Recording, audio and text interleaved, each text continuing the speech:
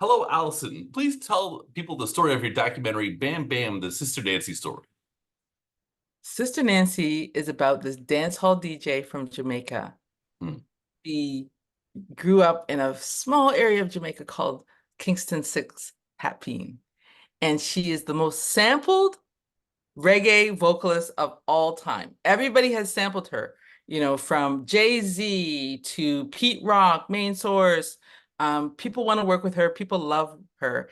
And the story is about her trials and tribulations becoming the hottest dance hall DJ in the world. And she's an older woman and she's still touring and selling out, clubs, arenas, she's just doing it all.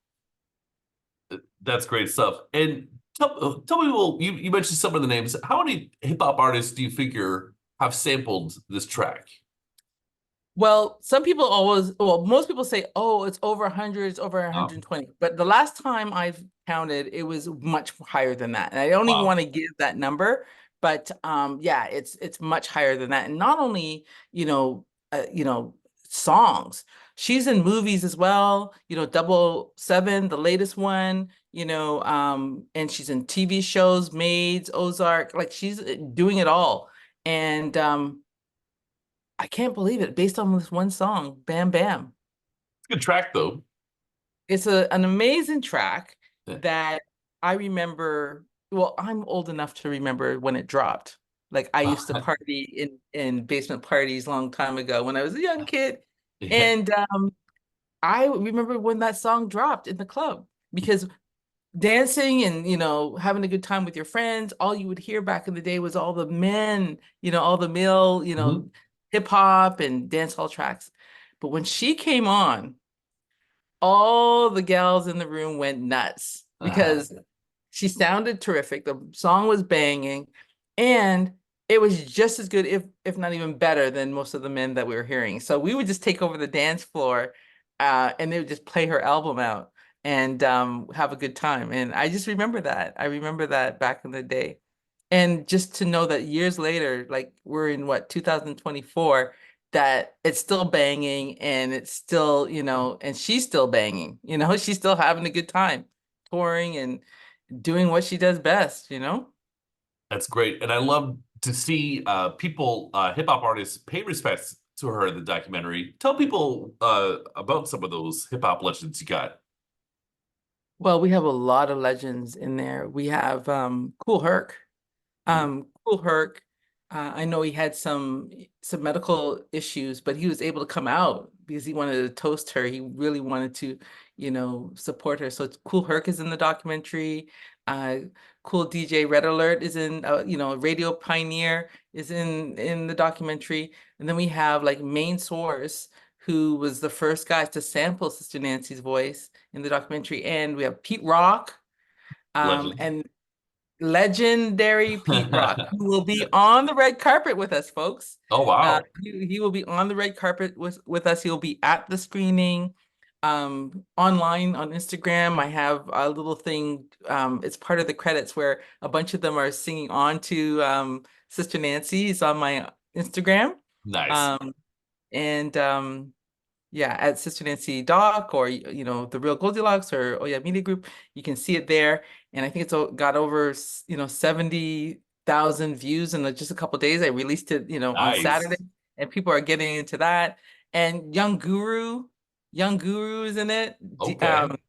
Yeah, Jay-Z's producer, Mhm. engineer. And he's telling the story about Jay-Z, and why he decided to sample Bam Bam. And Jay-Z is in it. Like Jay-Z is in it. He actually allowed me to use his music video. Nice. This I can't believe it.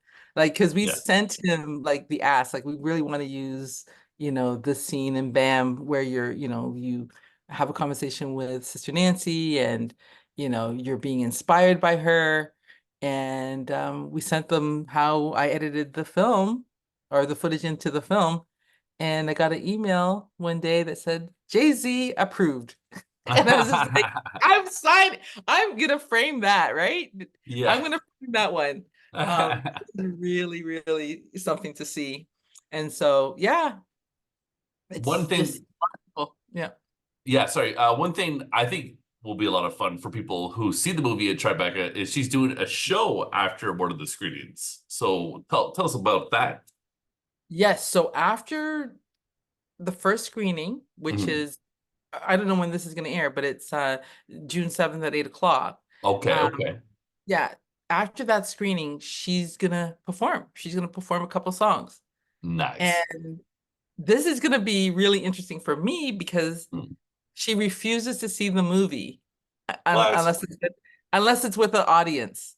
So Okay, this will be the fair. first time for her watching the film, and then she's gonna come out and perform. Ah, phenomenal. That's gonna be great. That wow. People are definitely in for a treat to see that. Yeah. How's she doing these days? Well, she's doing really good because after the screening on Friday, she's hopping on a plane to Minnesota, I think, for a concert that night. And then she's Wow. got a couple other, she was just in the Bahamas last weekend. Mhm. Came back, maybe flew back home yesterday. She's performing. Like even before when I started shooting before right before COVID started, she had about 40 dates lined up for the year. Mm, And then with COVID, of course, they all disappeared, but she's a hot ticket. She does like small to medium sized venues, like anything up like a couple thousand people to maybe, I don't know, three, four, thousand people, 5,000 mhm. people. She does a lot of music festivals. Nice. But yeah, people love her around the world. She's just constantly touring. Iconic. Yeah. So tell people this is a point in the documentary about the master recording Mhm. and it's lost and it's important for some people. Tell people a little bit about that, or maybe if is there a status update since the documentary was made? You have to come and watch the film, folks. Okay. You gotta watch the film. But there's no status on that. Okay. Yeah, there's no status. I'm hoping that there will be, but I haven't heard of any, and it'll be interesting to see, like now that this film is out in the world, in the zeitgeist of, Hmm. conversation, what will happen. Hopefully it'll appear because it needs to. Okay. And how did you learn a bit more about Sister Nancy? You talked about hearing Bam Bam for the first time, but how did you kind of link up with her? Yeah, I got the gig basically from her Canadian DJ, Moss Roxlin. Um, he came to my office and basically started talking to me about, doing something about Nancy. Nancy is a great person. Of course, she's iconic. I loved her. I love her song. I love her music. And I was just like, what? You're walking into my office and pitching this dream project to me? Of course, I'll do it. And then there was just a matter of like whether or not she wanted me to do it. So, he phoned her. He came back to the office. He phoned her while I was there, and we basically spoke for a bit. And she was like, "Yeah, sure, you can do it."